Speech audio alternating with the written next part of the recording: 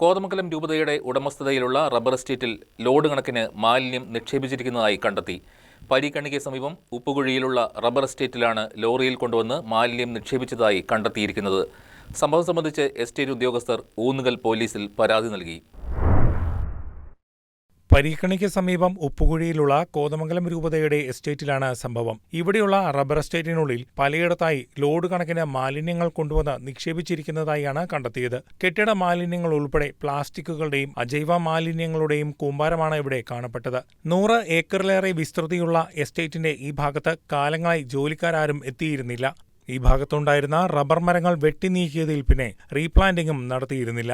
ഇത്തരത്തിൽ ആളൊഴിഞ്ഞ ഭാഗമാണെന്ന് മനസ്സിലാക്കിയാണ് മാലിന്യം നിക്ഷേപിച്ചിരിക്കുന്നത്. ഏറെക്കാലമായി തുടർന്നു വന്നിരുന്ന മാലിന്യ നിക്ഷേപം ഏതാനും ദിവസം മുൻപാണ് അധികൃതരുടെ ശ്രദ്ധയിൽപ്പെട്ടത്. ദിവസങ്ങളായി മാലിന്യം കൊണ്ടുവന്ന് നിക്ഷേപിക്കുന്നത് തുടർന്നിരുന്നു എന്നും കാഴ്ചയിൽ നിന്നും വ്യക്തമാണ്. സംഭവത്തെക്കുറിച്ച് എസ്റ്റേറ്റ് ജീവനക്കാരൻ കൂടിയായ സിജു ഇങ്ങനെ വ്യക്തമാക്കുന്നു. ഞാൻ ഈ തോട്ടത്തിലൊരു തൊഴിലാളിയാണ്.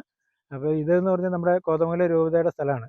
അപ്പോൾ ഇത് സ്ലോട്ടർ റബ്ബർ വെട്ടി മറിച്ച് കളഞ്ഞുകൊണ്ടിരിക്കുന്നതായിരുന്നു. കഴിഞ്ഞ ആഴ്ചയാണ് തടി വെട്ടി തീർന്നത്.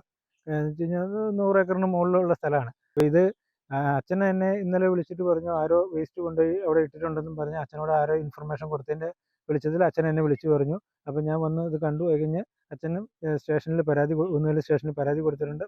അനുവാദമില്ലാതെ അതിക്രമിച്ചു കയറി മാലിന്യം നിക്ഷേപിച്ചതുമായി ബന്ധപ്പെട്ട് ഊന്നുകൽ പോലീസിൽ പരാതി നൽകിയിരിക്കുകയാണ് എസ്റ്റേറ്റ് അധികൃതർ. News desk KCV news.